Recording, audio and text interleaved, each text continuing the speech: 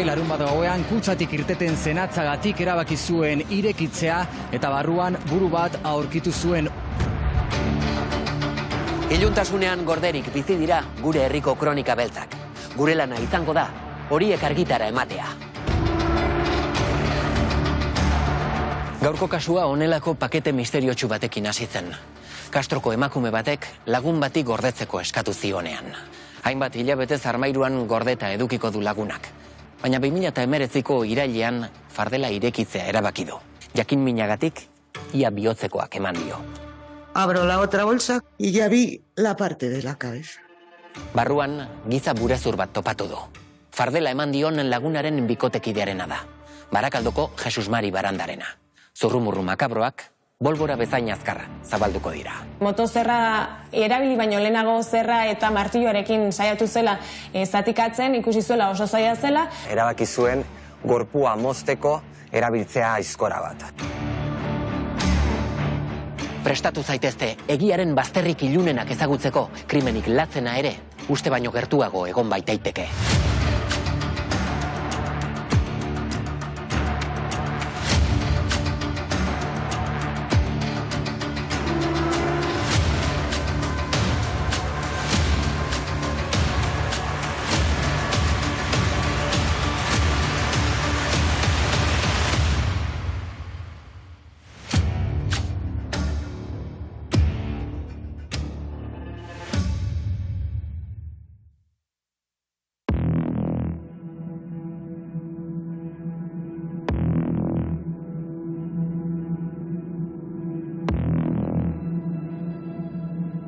Eta 2019ko apirilaren erdialdea da Castro Urdialesen.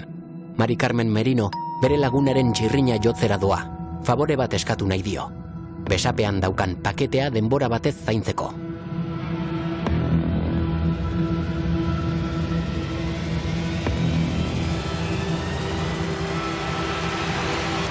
...2019ko apirilaren 19an Mari Carmen Merinok fardelantzeko bat eraman zuen paperez inguratutakoa, oparietako paper batekin.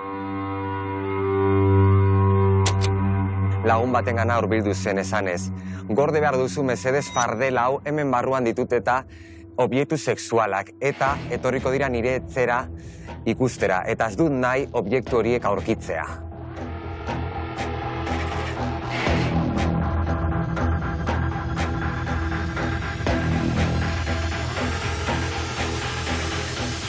Mari Carmenen senarra duela hilabete batzuk desagertu zen eta beren familiakoek salaketa bat jarri zuten. Salaketa honen ondorioz, Guardia Zibilak Mari Carmen eta bere senargaiaren etxe horretara joan behar zirenez, Guardia Zibilak jostailu sexualak aurkituko zituenaren beldurra edo lotxagatik bere lagun eta bizilagunari eman zion pakete hori momentu batez babesteko. Mari Carmenen laguna harrituta geratu da eskaerarekin, baina ez dio garrantzi handiegirik eman, fardela hartu eta hainbat trasteren artean gorde du. Armairu baten goikaldean ipini zuen fardela apal batean eta azkenean bertan utzi zituen egunak eta egunan pasata ahaztu arte. En una ocasión, entre bromas y no bromas, sí que la dije, o vas a por el paquete o lo abro. Y me dijo, ni se te ocurrirá. Pues mira, lo abrí.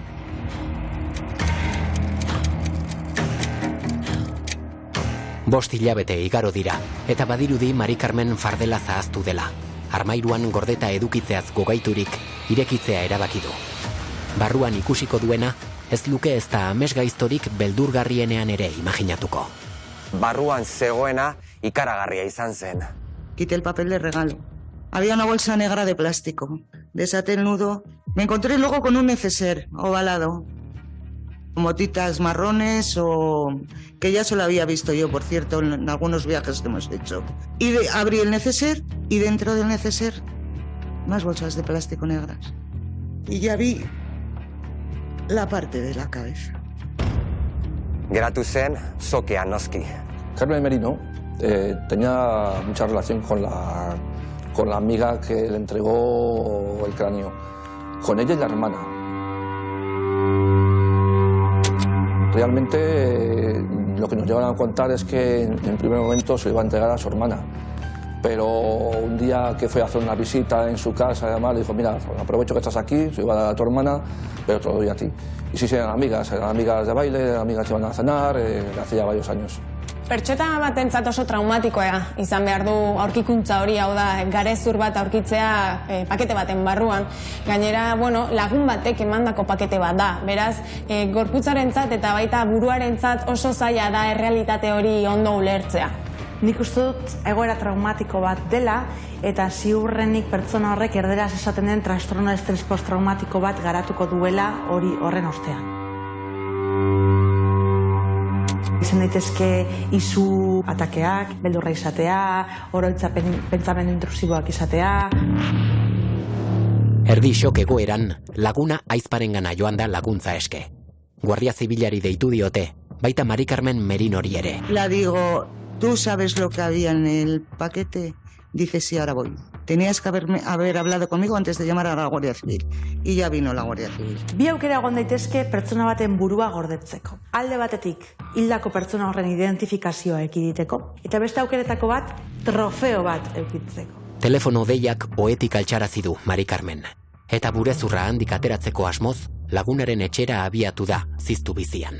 Berandu heldu da ordea. La Guardia Civil se personó en el lugar y prácticamente llegaron casi a la vez, lo que es la patrulla de la Guardia Civil y Carmen Merino. Giza burezur bat aurkitu du Santa Ana kaleko 5. zenbakiko bizilagun batek etxean gordeta zuen kutxa batean. Ostiraletik larun baterako gaua bitartean izan zen. Kutxa eman zion emakumea atxilotuta dago eta hainbat iturriren arabera burezurra euskal jatorriko 67 urteko gizon batena da, bere bikotekidearena. Carmen, al ser detenida, tanto durante la detención como durante la instrucción de las diligencias, se mantuvo en silencio, no quiso declarar. Krimenaren ezena ezoikoa da. Burua baino ez dago, gorpuaren arrastorik ez. Guardia Zibilak kontu handiz jaso du garezurra. Bitxia da, baina ez dario kiratxik. Que una cabeza no vuela después de que hayan transcurrido varios meses es porque se ha secado, por ejemplo, ¿no? Se le ha quitado la sangre, toda la humedad y a veces por esa circunstancia tiende a quedarse como un cartón. Si esto es así, el olor no es tan poderoso, a diferencia de los primeros días, que en la putrefacción efectivamente pues es espantoso y atraería a todas las moscas o insectos de la zona. Kaskezurra plastikozko poltsa batean sartu eta laborategira bidali dute autopsia egiteko. Baina lehen begiratuan hainbat gauza ondorioztatu daitezke. El cráneo, pues era un cráneo en el que todavía tenía adherida algunas vértebras, se le veía algunas piezas dentales y luego una zona, creo recordar que la zona lateral derecha del cráneo tenía marcas oscuras como de haberse estado en contacto con calor o se quemado. Poliziak nahiko argi du burua Mari Carmenen bikotekidearena dela, Jesus Mari Baranda Barakaldarrarena. 5 hilabete lehenago desagertu zen gizona, eta DNA probaren emaitzek baieztatu egin dute hipotesia. Jesus Mari lagunaren burua zen honen bikotekidea Guardia Zibilak atxilotu zuen larun batean, eta honetan Guardia Zibilari da bikotearen etxe bizitza miatzen. Jesus Mari Baranda Barakaldokoa zen, 67 urte zituen, banka munduan aritu zen eta diruz oso ondo zegoen. Beste bilbotarazko bezala, Castron zeukan etxe bat, eta bertan bizi zen. Bananduta zegoen eta 2 seme-alaba zituen, 2011 urtean ezagutu zuen Mari Carmen, eta handik gutxira elkarrekin bizitzera joan ziren. 8 urte emakizkiten batera, eta astero bezala bere lengusuekin Barakaldora joaten zen, beraiekin elkartzeko eta musean ibiltzeko. Ez zuen inoiz huts egiten zita horri. La relación de Jesús María con Carmen, lo que nos vienen a decir algunos testigos, es que últimamente era bastante escarrosa en el sentido de que ella se enfadaba mucho con él. Algún amigo de vinos del pueblo nos decía que, que estaba un poco cansado también de la relación, pero ellos convivían y realmente, lo que tenemos son percepciones de esas amistades, nada más. Desagerpenaren salaketa Jesus Mariren familiarteko jarri zuten apirilaren erdialdean, naiz eta beraiek susmoa zuten otsaietik edo desagertua zegoela. Familiak salaketa jarri eta egun batzuetara emango dio Mari Carmenek Fardela lagunari. Bera da susmagarri nagusia. Mari Carmen Merino 60 urte zituen, Utrerakoa zen, baina Kadizen bizi zen urteak eta urteak, bere haurtzaroa eta gaztetasuna bertan bizi zen. Ezkondu egin zen, seme-alabak eduki zituen. Badirudi gaztetatik asko gustatzen zitzaiola dirua eta dirua zuen jendearekin biltzea, eta horregatik, bere senarra adibidez, Kadizeko merkatari baten semea zen. Eta oso bizitza itxurosoa izan zuten, diru arazoak izan zituzten urte, eta momentu horretan, banandu eta Maria del Carmen Espainiko iparraldera joan zen. Mari Carmen Merino Castrora joan baino lehen Bigon egon zen, urteak eman zituen bertan, eta justiziarekin arazoak izan zituen. Sabemos que en el año 2017 tuvo un problema. Fue investigada por un delito patrimonial, en este caso un delito de estafa. Parece ser que denunció lo que era el ex marido de su tía, pues por haberse llevado documentos, haber hecho transferencias a su cuenta de la cuenta de su tía y demás. Entonces, todo eso nos da lugar a pensar que el móvil económico es determinante para lo que sucedió. Ikerketan ikusi zuten arazo ekonomiko handiak zituela emakume honek, banku batzuekin 20.000 euroko zorrak zituela, bere seme-alabek ere diru arazoak zituztela, beraz berak hilabetero 600 euro edo bidaltzen zituela, eta hori guztia bere pentsioarekin oso zaila zela mantentzea. Jesus Mari ezagutzean, bere diru arazoak bukatu direla pentsatu du. En principio Jesús María tenía una posición económica buena. En el sentido que era jubilado de la entidad de Banco Santander. Luego, aparte, tenía una pensión de un fondo de pensión del Banco Santander. Tenía una posición económica desahogada. Berak lortu zuen azkenean Jesus Mari bere testamentua aldatzea, eta Mari Carmen sartu zen testamentu horretan. Orduan, testamentuaren zati bat, diru kopuru handi bat berarentzat izango zen, etxea ere bertan barruan zegoen. Un año antes, en agosto del año 2018, Jesús María modificó el testamento ante notario para hacerla heredera junto a sus hijos de todo el patrimonio. Hiltzaile emakumeen kasuan, gizon hiltzaileekin alboratuz, konparaketa argia da, era normalean gizonak pasionalagoak izaten dira, ez? Ikusten da hiltzaileen kasuan emakumeak izaten direla instrumentalagoak. Ukitzen dutela azken helburu bat, eta azken helburu hori ekonomiko izaten da. Kasu honetan, oso argi dago, Mari Carmenek oso garbi zeukala bere helburua, hau da, ekonomikoa zen, dirua nahi zuen, eta horretarako edo zer egiteko gai zen. Hau da, ez du desesperaziotik bakarrik jotzen, baita manipulazio eta oztasun puntu handi batetatik. Bi faktore hauek nahasten direnean, hau da, behar ekonomiko bat eta joera psikopatiko bat, koktel molotov bat da. Ez dago gorpuaren arrastorik, baina heldu dira buruari egindako autopsiaren ondorioak. Buruaren autopsia oso argigarria da. Hasteko, buruan orban ilun batzuk ageri dira. Burezurra oso temperatura altuetan egon izan balitz bezala. Esto puede ser por muchas razones. Una de ellas, la más vulgar, puede consistir en que se haya quemado el organismo entero y la cabeza haya quedado fuera del foco principal del fuego, de esa acción directa de lo que es el mismo fuego y la alta temperatura. La otra opción es que se haya troceado el cuerpo y después se hayan ido quemando, escondiendo, arrojando pequeñas partes del organismo y que quede la cabeza sobre la cual sí se ha producido una acción térmica de temperatura con fuego directo, de todos los modos. Ez dakite, zein izan den heriotzaren kausa, baina zehaztu dute indarkeria zantzuak daudela. Burua objektu zorrotz batekin moztu zuen, aizkora, aiotz edota sukalde laban batekin. Gainera, burezurrean diazepan arrastoak ere aurkitu dituzte. Eta azkenik, eta oso erabakigarria izango dena, burua biltzen duen poltsetako batean, Mari Carmen Merinoren 7 marka topatu dituzte. Pertsona bat zatikatzeak edo pertsona bati burua mosteak asko dio pertsona baten profilaren inguruan. Buruan moste horrek premeditazio ageriko bat erakusten du. Erakusten du planifikazio bat, ostasun bat, joera psikopatiko bat. También hay que pensar que si se ha sometido, vamos a pensar, solo a la cabeza a la acción de la temperatura, igual lo que se estaba pretendiendo es malograr la opción de que se pudiera recuperar ADN de ahí. Con todo, no se logró una incineración.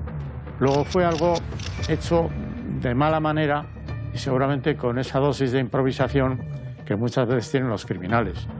Matar a una persona es una cuestión muy fácil. Es mucho más difícil hacer desaparecer después el organismo entero, por mucho que lo arrojes en un mar, en el agua, lo trocees, lo entierres, etc. Ahí es donde se cometen a veces los mayores errores.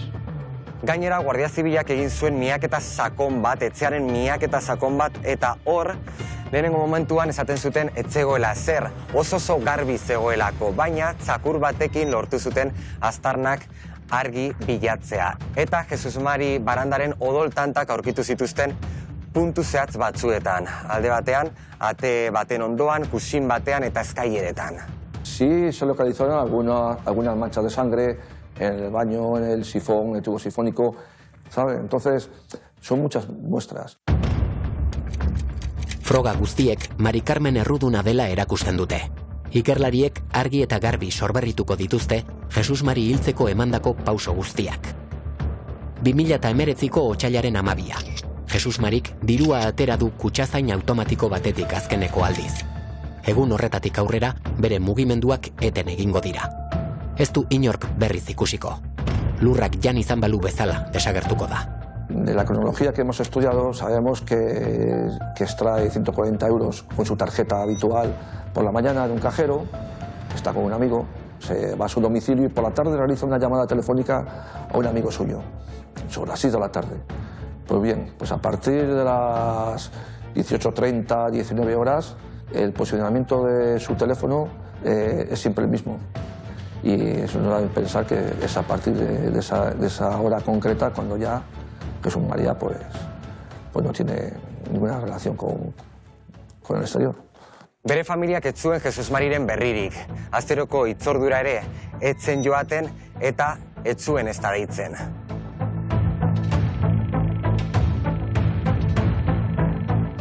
Halako batean familiak bazkari batera gonbidatu zuten biak eta bakarrik agertu zen Mari Carmen. Eta berari galdetu zioten, non dago Jesus Mari? Mari Carmenek esan zuen Galizian zegoela lagun batzuekin eta familia etzen harritu normalean baioaten zelako bidaietara lagun batzuekin. Gerora, familia arteko bazkari batera gonbidatu zituzten eta kasu honetan ere Mari Carmenek esan zien ezin zuela joan Euskal Herriko lagun batekin geratuta zegoelako bere txalet batera joateko. Hor piztuko dira familiaren susmoak. Egunero idazten diote Jesus Mariri, baina mezuak ez dira heltzen. Mari Carmeni galdetzean, erantzunek aitzakiak dirudite. Mari Carmenek esan zuen Jesus Mariren telefonoa komunera jauzi zela, eta beste bat erosi zuela, prepagokoa. Guztira 10 bat mezu jasoko ditu familiak, 3 zenbaki desberdinetatik.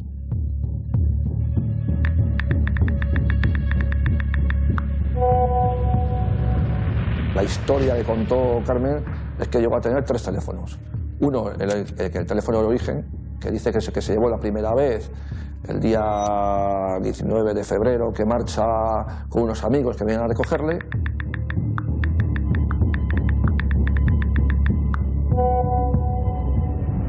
Ella dice que ese teléfono se la avería. Tengo un mensaje que le dice que se avería ese teléfono y demás. Y entonces Carmen lo que cuenta es que compra otro teléfono y otra tarjeta.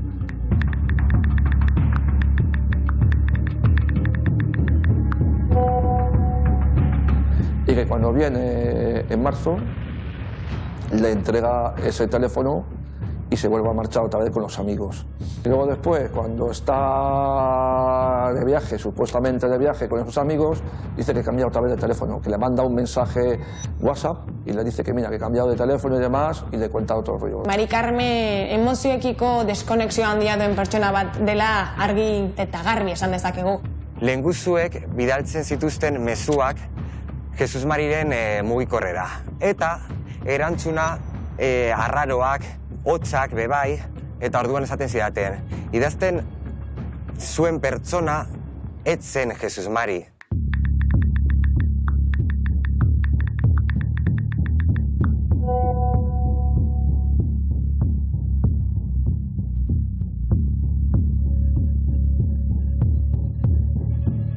vamos a concretar, realmente una vida rutinaria. Va a comer un día concreto de la semana con los amigos del banco a un restaurante concreto en Bilbao, queda con un amigo siempre de la misma hora para tomarse unos vinos antes de irse a comer a casa. Los contactos que mantiene con los familiares son muy concretos, normalmente son directos, y si son por mensajes, son mensajes muy cortos, solamente para contestar algo en concreto de que ahora voy o no voy o esto o otro. Entonces, toda esta dinámica de mandarme el WhatsApp larguísimos, con un texto muy desarrollado y demás, no le cuadra a nadie.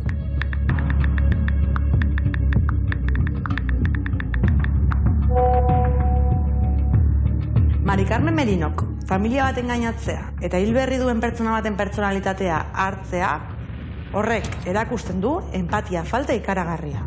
Badagoela pazientzia bat eta pazientzia makabro bat horren atzean, eta badela gai hilabeteetan zehar horrelako sekretu bat eskutatzeko eta inori ez kontatzeko.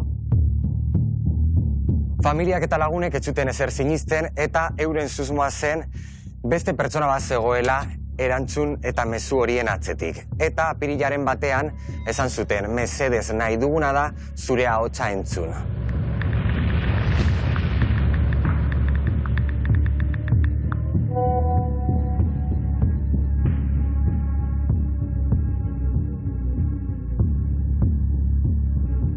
No me creo nada, le contesto en el WhatsApp. No me creo nada hasta que no oiga tu voz.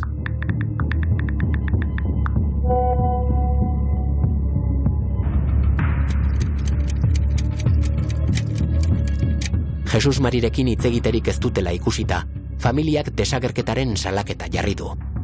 También hay que decir, en ese momento lo que tenemos son sospechas. No tenemos pruebas fehacientes de que se haya cometido un homicidio o que Jesús María haya desaparecido de forma involuntaria. Demagun, Mari Carmenek egin zuena zerbait impultsiboa izan zela. Baina salaketa jartzen da apirilean, eta egitateak gertatzen dira otsaila batean.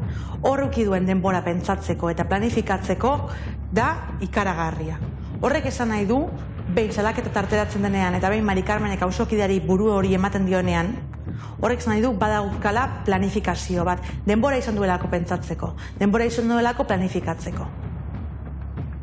Are gehiago, ikerketaren arabera, salaketaren berri izan bezain pronto, Mari Carmen Merinok bere ordenagailuaren disko gogorra formateatu du, aurretik egindako bilaketak eta bertako informazioa ezabatzeko. Claro, está el desconocimiento de que incluso borrando, como ocurrió, los motores de búsqueda se pueden localizar las búsquedas que has hecho con mucha antelación, aunque borres y aunque cambies el sistema operativo, no es fácil. Ikertzaileek hartu zutenean ordenagailua eta hasi zirenean bilaketa horiek aztertzen, kriston sorpresa hartu zuten. Bueno, hay búsquedas anteriores al fallecimiento y otras búsquedas posteriores al fallecimiento. Ikerketako lehenengo datuek aurkezten zuten 2018ko urrian, Mari Carmenek hainbat bilaketak egin zituela Googleen, bere asmoak oso garbi utziko zituenak.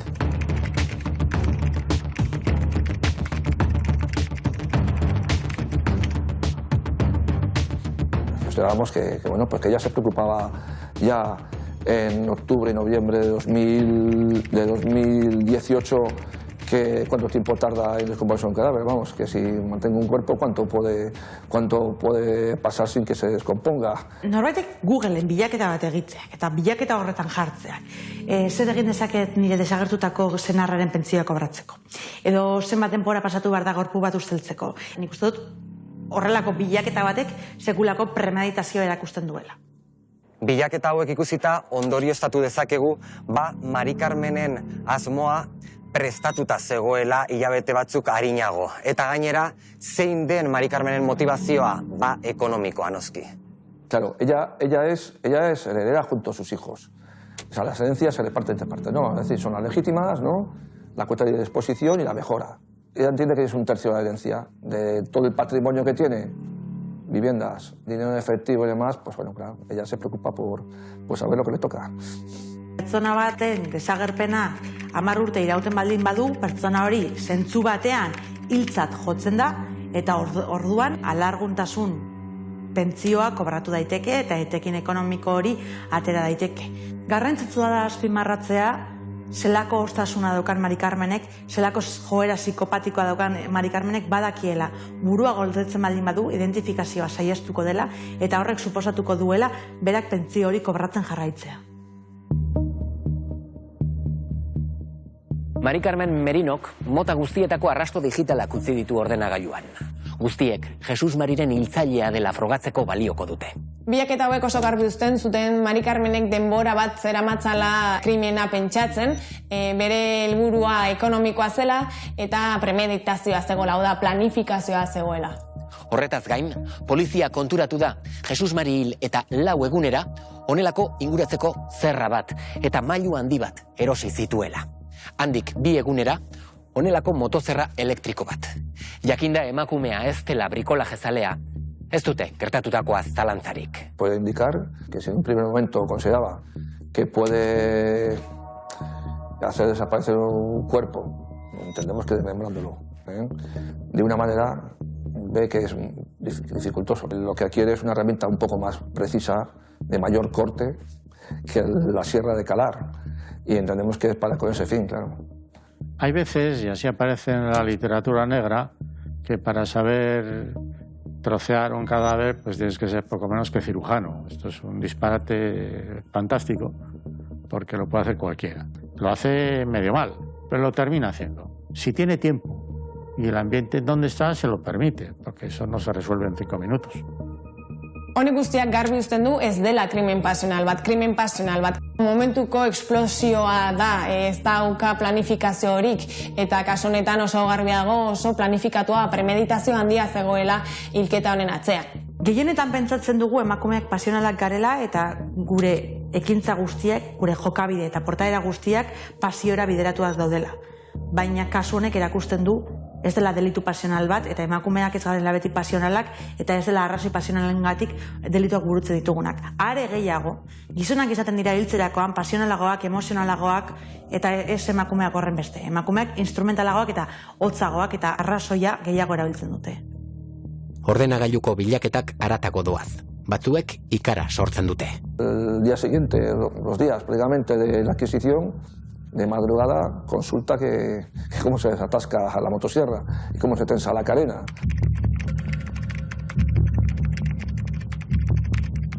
Es poco útil la motosierra.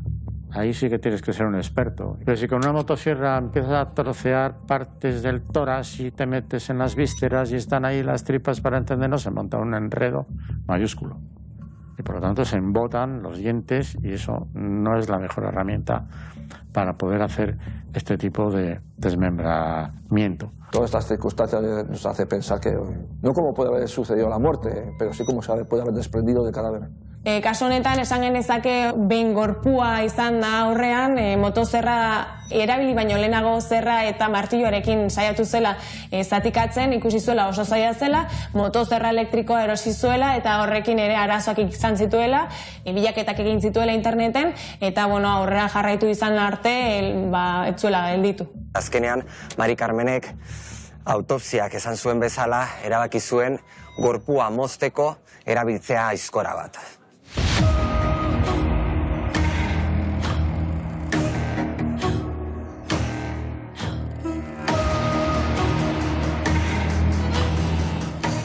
Ikerketak zehaztu du Mari Carmenek hilabeteak eman dituela Jesus Mariren hilketa prestatzen.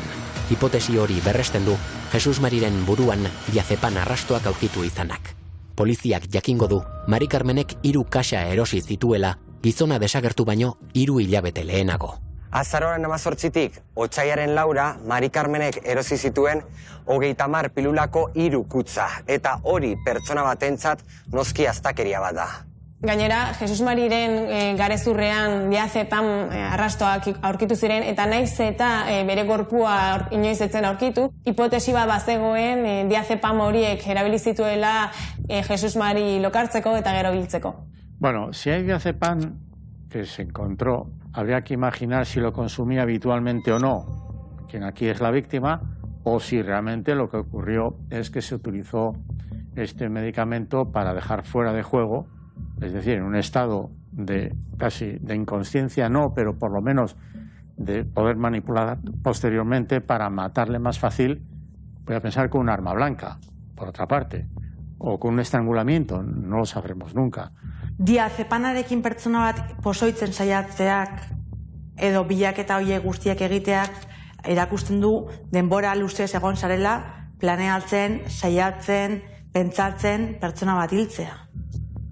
Baina krimena azken xehetasuneraino ere barneratua izatea gauza bat da, eta oso bestelakoa ura burutzeko adorea izatea. Sí, puedo asegurar las compras que realiza a partir del 12 de febrero, sí. Fue curioso las compras que hace de 4 días de 3 botellas de whisky, Ballantine. O sea, pues, denota una ingesta de alcohol, ¿no?, importante.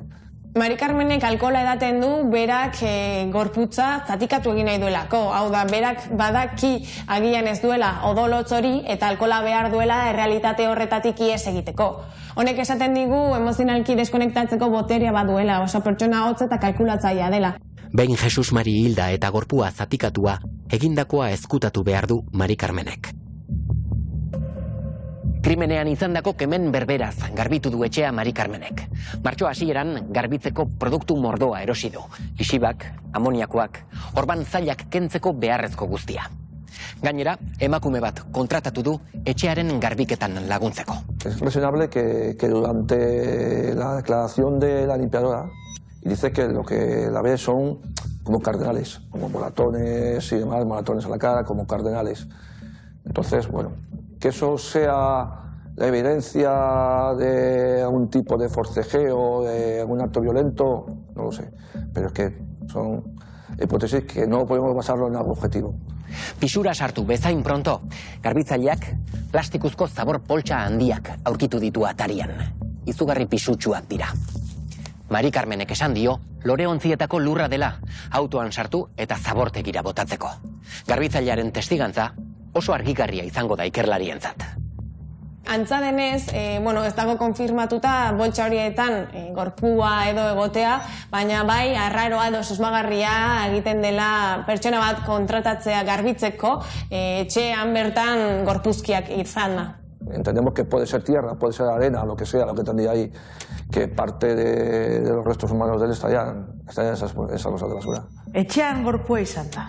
Garbitzaile bat deitzeak horrek izan nahi du bi gauza.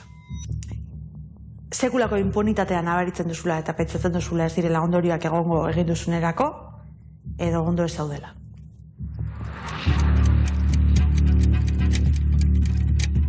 Mari Carmen Merinoren aurkako epaiketa 2022ko azaroaren 7an hasiko da Kantabriako lurralde auzitegian, Santanderren. Santanderreko epaitegi batean gaur Carmen Merino ustez bere bikotekidearen burua kutxa baten barruan gorde zuen emakumeak deklaratzeko eguna du. Fiskaltzak eta akusazioak 25 urteko kartzela zigorra eskatuko dute Jesus Mari Baranda erailtzeagatik. Bai, hasi da deklaratzen akusatua, hori bai oso argi utzi du hasieratik defentsaren abokatuaren galderak bakarrik erantzungo dituela, ez akusazio partikularra. Buenos días, Carmen. Ez da fiskalarenak ez dare. Carmen no declaró ante toda la instrucción, incluso la instrucción judicial, hasta la vista legal. En ningún momento reconoció los hechos. Me dijo, tengo la cabeza de Jesús en una bolsa. Y entonces pues ya yo creo que no sé si me morí o no me morí o no sé lo que pasó. Pero ahí ya me quedé, o sea, ya para mí todo lo que pasó después ya ha sido como que lo he soñado, como que no estaba, como que me quedé... Epaiketan bere errugabetasuna defendatuko du hasieratik. Esanez 2019 urteko otsailaren 21 etxetik irten zela Jesus Mari, ez zuela berarekin berriro hitz egin, SMS bitartez, ez telefonoz, ez pertsonalki, eta genola martxoaren 10ean bueltatu zela etxera, 12.000 euro hartu eta bigarren mugikor bat hartu zuela, eta nola desitxuroso eta urduri zegoela eta joan egin zela. Zelako ausardia eduki behar duen pertsona batek, froga guztiak bere aurka egoteko eta hala ere ez onartzeko. Ez hori bakarrik, Mari Carmenek fardela eman zion lagunari botako dio errua. Mari Carmenek esan zuen fardela eman zion lagunak limurtzen zuela Jesus Mari. Eta era berean onartu zuen bizilagunari paketea eman ziola, baina paketean sexu jostailuak zeudela. Hau da, berak esaten zuena zen, bere bizilaguna izan zela, Jesus Mariren burua pakete horretan sartu zuena. Lo que quiero preguntarle es si, porque a veces en la vida hay malentendidos, si Jesús pudo en algún momento interpretar que usted sí tenía alguna intención o algún interés hacia él. No. ¿No? ¿Tuvieron alguna conversación a ese respecto? No, jamás. Jamás. Es que yo además con Jesús siempre he estado en cuadrilla, o con ella. Yo creo que nunca he estado sola con él. Nik uste dut, Mari Carmen Merinoren kasuan pertsonalitate ilunaren eredu hirukoitza aplikatu daitekela, hau da, narzisismoaren presentzia, psikopatia baten presentzia eta makiavelismo baten presentzia. Empatia falta hori agerikoa da, orduan puntu horretan joera psikopatikoa ikus dezakegu. Narzisista bada, buru hori beste pertsona bati ematen diolako lurperatu beharrean edo ez, eta makiavelikoa da iluna delako, eta makabro puntu hori hor dagoelako. Bestetik, Mari Carmen Merinok ez du onartuko Googleen senarraren pentsioari edota gorpuak zatikatzeari buruzko kontsultak ekin zituela. Motozerrari buruz galdetzean, Jesus Marik erosi zuela deklaratuko du. Badakigu motozerra bere ordenagailutik eta bere kontu propiotik erosi zituela Mari Carmenek. Halere, epaiketan berak esan zuen Jesus Marik erosi zuela motozerra hori, baina badakigu Jesus Mari egun horretan ja hilda zegoela. Hau guztia ikusita, esan genezake nortasunaren nahasmendu antisoziala duen pertsona garbia dela, Mari Carmen, eta bere helburu bakarra ekonomikoa zela. Burua mostea, burua gordetzea, burua erretzea, pertsona horren ordez, mezuak bidaltzea familiari. Horrek gauza asko erakusten ditu, eta ez da diru gozea bakarrik, beste komponente batzuk ere badaude, eta nik uste dut, kasu honetan, joera psikopatikoa izango litzatekela, diru gozearekin batera, egoera hau eman duena. Hilketaren arrazoia ekonomikoa zela frogatutzat eman zen epaiketan, baina galdera da, non dago gorpua? Herri epaimaiak ez dio hitzik sinistu Maria del Carmen Merinori, eta Jesus Mari Barandaren hiltzailezat jo dute. Epaileak 15 urteko kartzela zigorra ezarri dio.